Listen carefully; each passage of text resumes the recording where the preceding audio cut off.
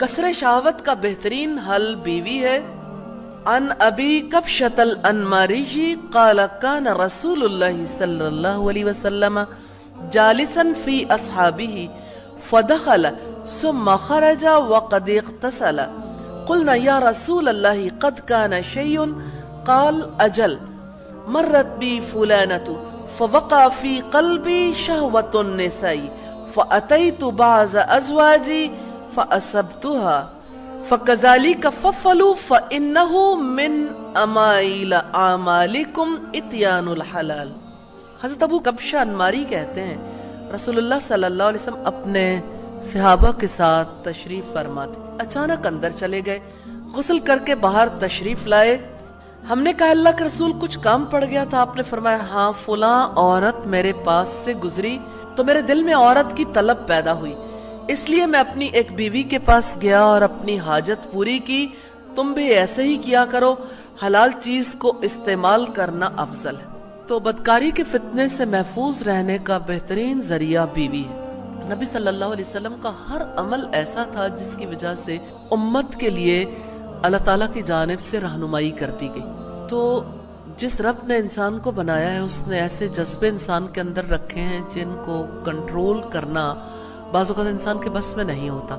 इसलिए आप सल्लल्लाहु अलैहि वसल्लम ने ये खुसूसी तौर पर अपना मामला सामने रखते हुए कहा कि जब कभी किसी के दिल में किसी और औरत का ख्याल भी गुजर जाए या किसी और औरत पर उसका यानी उसकी वजह से उसके दिल में कोई ऐसा ख्याल गुजरता है या ख्यालात आते हैं, तो उसको चाहिए कि वो अपनी बीवी के पास चला जाए ताकि वो उन ख्यालात से बाहर आ जाए। तो हराम से इज्तिनाब वाजिब है। तो जो अमल किसी वाजिब की तकमील के लिए नागजीर हो वो भी वाजिब हो जाता है। इमाम शौकानी कहते हैं अगर अपने नफ्स को गुनाह से बचाना सिर्फ निकाह के जरिए मुमकिन हो तो ये वाजिब है। सईदना जाबिर बिन अब्दुल्ला से रिवायत है कि नबी सल्लल्लाहु अलैहि वसल्लम ने किसी अजनबी औरत को देखा। उम्मुल मोमिनीन हजरत ज़ैनब के पास आए। उस वक्त वो चमड़े को रंगने के लिए रगड़ रही थी।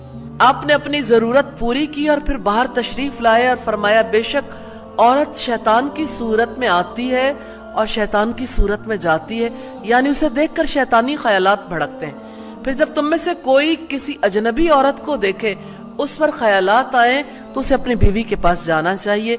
इस अमल से उसके दिल के फासिद ख्यालात खत्म हो जाएंगे। तो इस्लाम ने जिनसी जज्बे की तस्कीन के लिए सादा फितरी तरीक़ाकार इख्तियार किया है। न इस्लाम में रहबानियत है, न उस नफ्स को कुचलने के लिए कोई ऐसे तरीके बताए गए हैं जो इंसान पर बोझ बन जाए।